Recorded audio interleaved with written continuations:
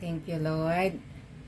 Salamat po sa buhay nating Panginoon, sa makapangyarihan nating Panginoon, our good Father God, our good Papa God. Opo, kaya kinuha ako, kaya chinyarge ko ang cellphone ko, low battery ako. Salamat, Lord. Karating ko lang ng bahay, simula kaninang 10. Opo, thank you, Lord. No, may awesome Sunday. Tapos, no, grabe talaga, no.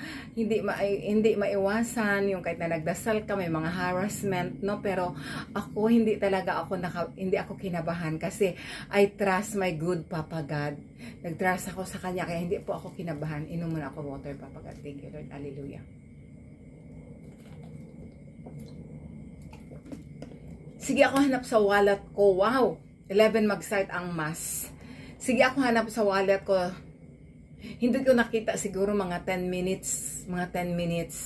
Hindi ko makita. Siguro mga 5 bags na ang tiningnan ko, yung maalala ko na hindi naman sa pag-aano na. Thank you, Lord, na for all the provisions. 5 bags na ang hinalungkat ko, wala ang wallet ko.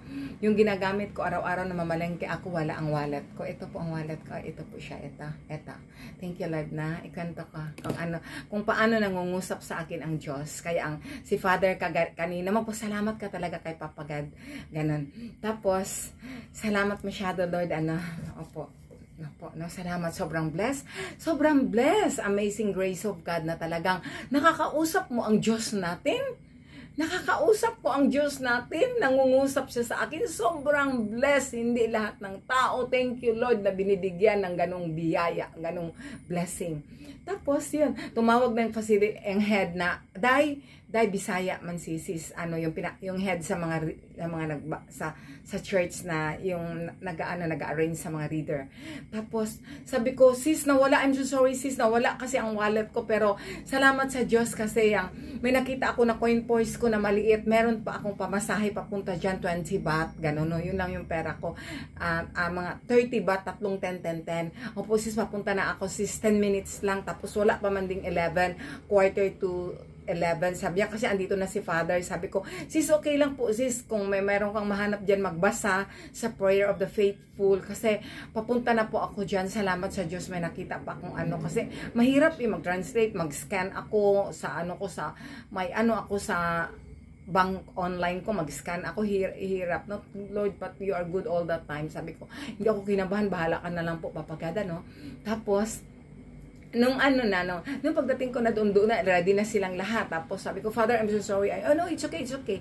Ganon, tinulungan nila ako maglagay yung nabihis na.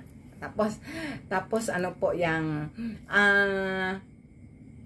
si Papa God nangusap sa akin si Papa God nung na po talaga, nung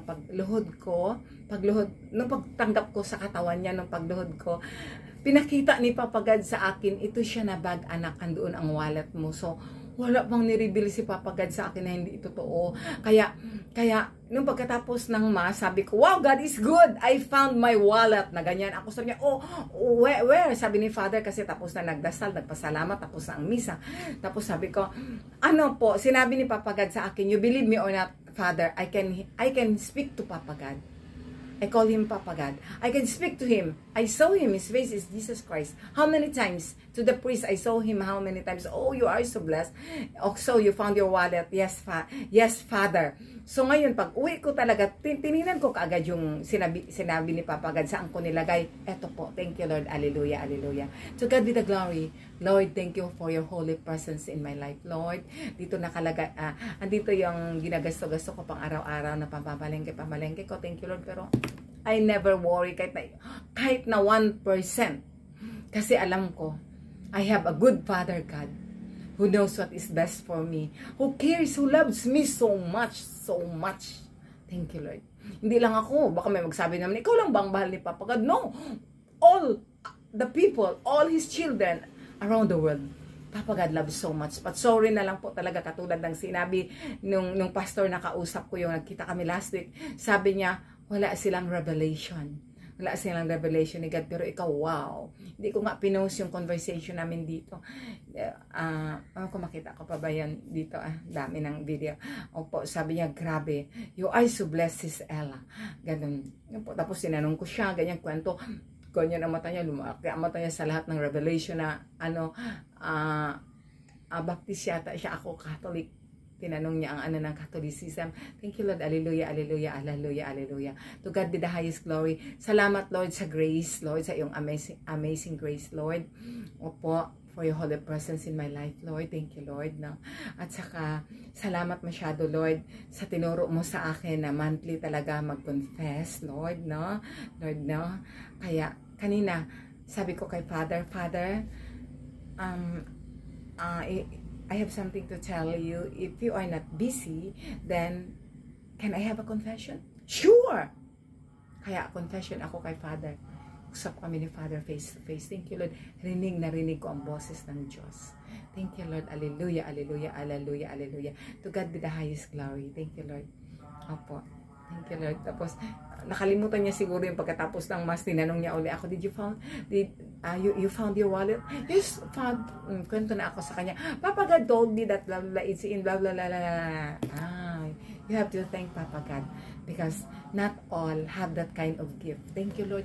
Thank you, Papa God. Go. My life is in you, Lord. My strength is in you, Lord. My hope. Kaya pag wala po tayong pag-asa, wala tayong pag-asa na gumaling tayo sa ating karamdaman, sa lahat ng storm sa buhay natin, wala po tayong pag-asa na umayos ang relationship natin. Papa God is in control. Thank you, Lord. Yun yung old life ko. But ngayon, Papa God is in control in my life. Wow! Hallelujah. Thank you, Lord. All my fears are gone. Lahat ng takot ko, lahat ng problema ko nawala. Dahil bahala ka na, Papa God. Thank you, Lord. To God be the highest glory.